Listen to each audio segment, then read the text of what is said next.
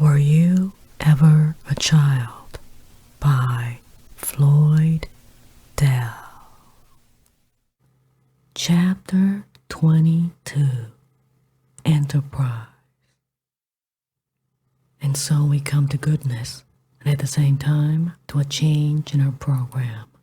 After calling on the artist as an expert to testify in regard to beauty, and the philosopher to tell us about truth, it would seem that we should hear about goodness from a moralist. So no doubt you expected, and so I had originally intended. But it cannot have failed to secure your notice that our experts pursued a somewhat unconventional line of argument. The artist told us that the way to teach children to love beauty was to leave them free to hate it if they chose. The philosopher said that the way to inculcate in children a love of truth was to leave them free to hold wrong opinions.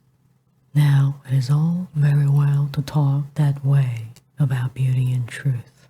We might perhaps be persuaded to take such risks so long as only beauty and truth were involved. But goodness is a different matter. It simply would not do for us to hear anyone who proposed a similar course in regard to conduct. Imagine anyone suggesting that the way to teach children to be good is to leave them free to be bad. But that is just what I am afraid would happen if we called an expert on morals to the stand. I have observed 20 or 30 of them shuffling their notes and their feet and waiting to be called on. But I do not trust them. No, goodness is not going to be treated in so irreverent a fashion while I am running this discussion. I am going to see that this subject is treated with becoming reverence. And as the only way of making absolutely sure of this, I am going to address you myself. We want children to grow up to be good men and women, and we want to know how the school can assist in this process. First, we must define goodness, and I shall suggest the rough outline of such a definition, which we must presently fill up in detail by saying that goodness is living a really civilized life, and as one's conduct is not to be measured or judged except as it affects others, we may say that goodness is a matter of civilized relationships between persons. And furthermore, as the two most important things in life are its preservation and perpetuation, the two fields of conduct in which it is most necessary to be civilized are work and love. Let us first deal with work and find out what constitutes civilized conduct in that field. We all exist, as we are accustomed to remind ourselves, in a world where one must work in order to live.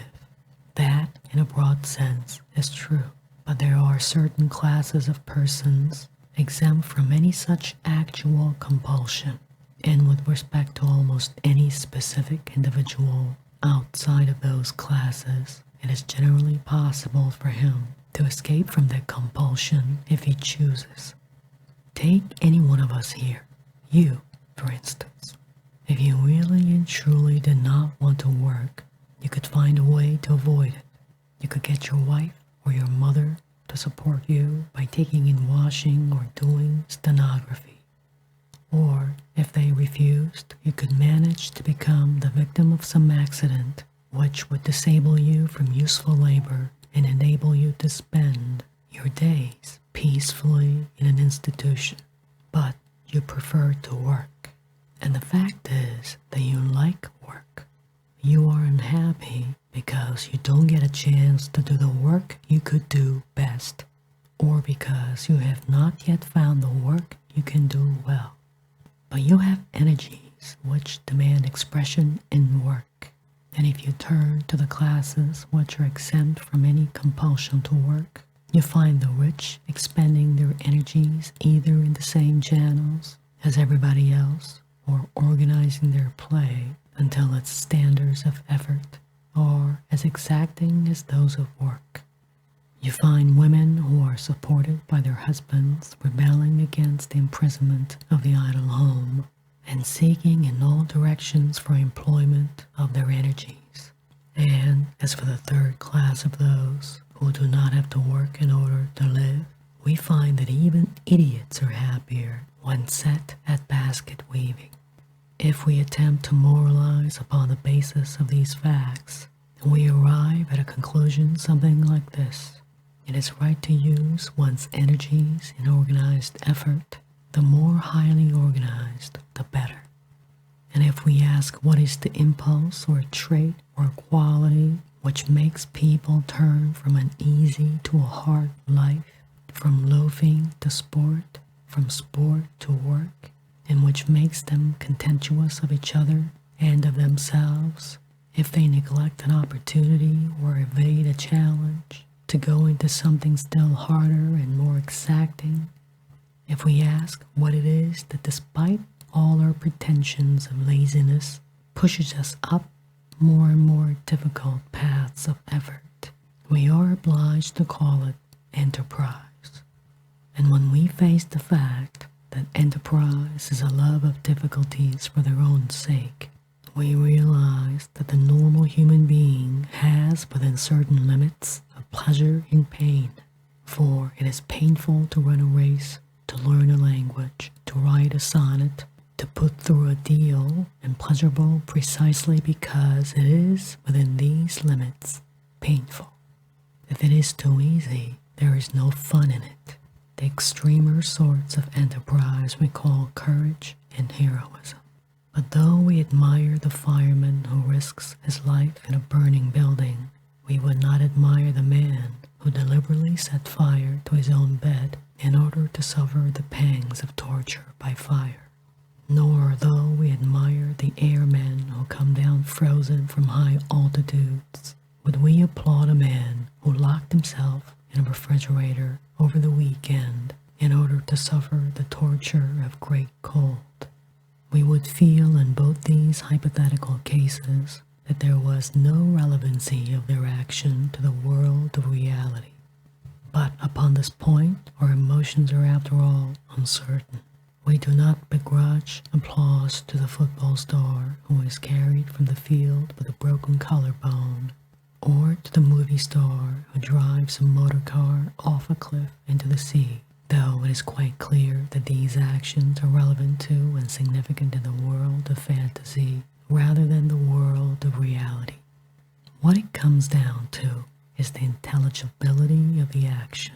Does it relate to any world of reality or fantasy which we can understand, which has any significance for us? When we turn to the child, we find that normally he has no lack of enterprise, but his enterprise is relevant to a world of childish dreaming to which we have lost the key. His activities are largely meaningless to us. That is why we are so annoyed by them. And in the same way, our kinds of enterprise are largely meaningless to him. That is why he usually objects so strongly to lessons and tasks. They interrupt and interfere with the conduct of his own affairs. He is as outraged at having to stop his play to put a shovelful of coal of the furnace as a sober businessman would be at being compelled by some strange and tyrannical infantile despotism to stop dictating letters and join at some stated hour in a game of ring around the rosy. Most of what we object to as misconduct in children is a natural rebellion against the intrusion of an unimaginative adult despotism into their lives. Nevertheless, it is our adult world that they are going to have to live in, and they must learn to live in it. And it is true, moreover, that much of their enterprise is capable of finding a satisfactory employment in what we term the world of reality as in their world of dreams. What we commonly do, however, is to convince them by punishment and scolding that a world of reality is unpleasant. What we ought to do is to make it more agreeable, more interesting, more fascinating than their world of dreams. Our friend the artist has already told us how this may be done, and our friend, the philosopher, has given some oblique hints on the same subject. I merely note here that the school is the place in which the transition from the world of dreams to the world of realities may be best effected. But there are various kinds of enterprise in our adult world. It is undoubtedly enterprising to hold up a paid train a la Jesse James. But though when the act involves real daring, we cannot withhold an instinctive admiration, yet we know that it is wrong. Why wrong? Because such acts disorganize and discourage, and if unchecked, would ruin the whole elaborate system of enterprise by which such trains are dispatched and such money earned. It is obvious that train robbery and wage labor cannot fairly compete with one another. That if train robbery goes on long enough, nobody will do wage labor, and there will eventually cease to be paid trains to rob. The law does not take cognizance of these reasons, but punishes train robbery as a crime against property. Yet, if we look into the matter for a moment, we realize that loyalty to any property system ultimately rests upon the conviction that its destruction would result in the total frustration of the finer sorts of human enterprise. It is for this reason that conservative people always persuade themselves that any change in the economic arrangements of society, from a new income tax to communism, is a kind of train robbery bound to end in universal piracy and ruin. In this moral indignation, whether in any given instance appropriate or not, or whether, as in the case of many practical kinds of business enterprise, left for long in abeyance, is the next step in our human morality. If we ask ourselves, why should not human enterprise turn into a welter of primitive piracy, with all the robbers robbing each other, we are compelled to answer that, in the long run, it would not be interesting. For, although destruction is temporarily more exciting, it is only construction that is permanently interesting. And if we ask why it is more interesting, we find that it is because it is harder. It is too easy to destroy. Destruction may be occasionally a good thing, as a tonic, something to give to individuals or populations a sense of power, but their most profound instinct is toward creation.